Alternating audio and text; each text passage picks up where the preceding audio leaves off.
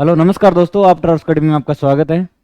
तो जो छठा राज्य है पूर्ण जिसे साक्षर राज्य का दर्जा दिया गया वो बन गया उत्तराखंड। तो इसके बारे में देखते हैं क्या है इसकी विशेषताएं, प्रमुख कौन सा छठा राज्य बना है, किसने बनाया है और क्या है जो लिटरेसी रेट है जो कितनी रहने वाली है, सब चर्चा करेंगे।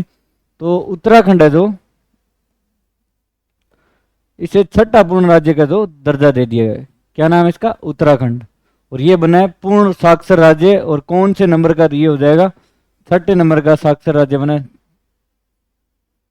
100वां नंबर, यानी छठे नंबर का जो साक्षर राज्य बना है दोस्तों ये।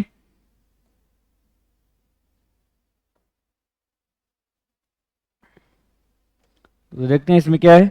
उत्तराखंड के शिक्षा क्षेत्र में एक ऐतिहासिक उपलब्धि हासिल की है करते हुए इन्होंने क्या किया है, 98.7% साक्षरता दर प्राप्त की है।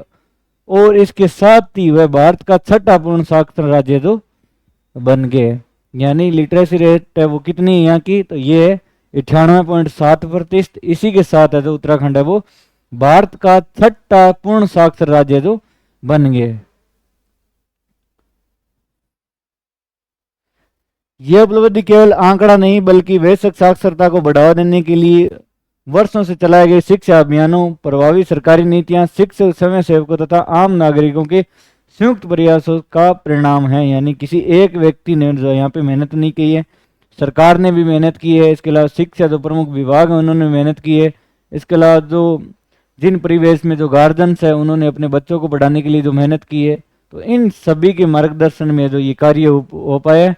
और 98.7% है जो साक्षरता प्राप्त की है उत्तराखंड ने। और ये भारत का छठा पूर्ण साक्षर राज्य बन गए जिन्होंने 100% है जो लिटरेसी रेट हासिल की है दोस्तों। अगर उत्तराखंड से पहले मिजोरम, गोवा, त्रिपुरा, हिमाचल प्रदेश और सिक्किम पूर्ण साक्षर राज्य दर्जा प्राप्त थे। यानी उत्तराखंड से पहले जो पहला नंबर का जो था मिजोरम, इसके अलावा गोवा, त्रिपुरा, हिमाचल प्रदेश और सिक्किम है जो इनको पूर्ण साक्षर राज्य का जो दर्जा प्राप्त था दोस्तों।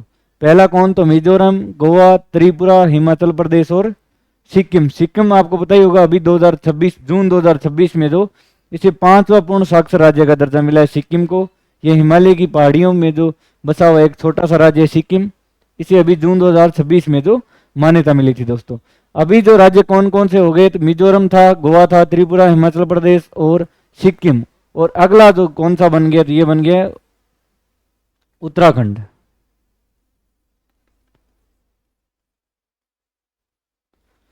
कौन सा राज्य बन गया? तो ये बन गया उत्तराखंड है जो छठा पूर्ण साक्षर राज्य बन गया दोस्तों।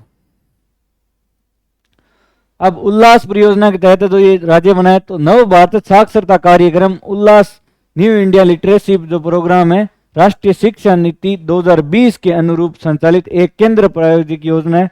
इसका उद्देश्य 15 वर्ष और उससे अधिक आयु के उन वयस्कों को साक्षर बनाना है जो किसी कारणवश औपचारिक शिक्षा से वंचित रह गए थे, ताकि वे समाज की मुख्य धारा से जुड़कर राष्ट्र के विकास में सक्रिय योगदान दे सकें। यानी उल्लास है जो भारत की जो शिक्षा नीति है 2020 में, उसके तहत है जो एक लगातार प्रयोग ये प्रोग्राम चलाया जा रहा है।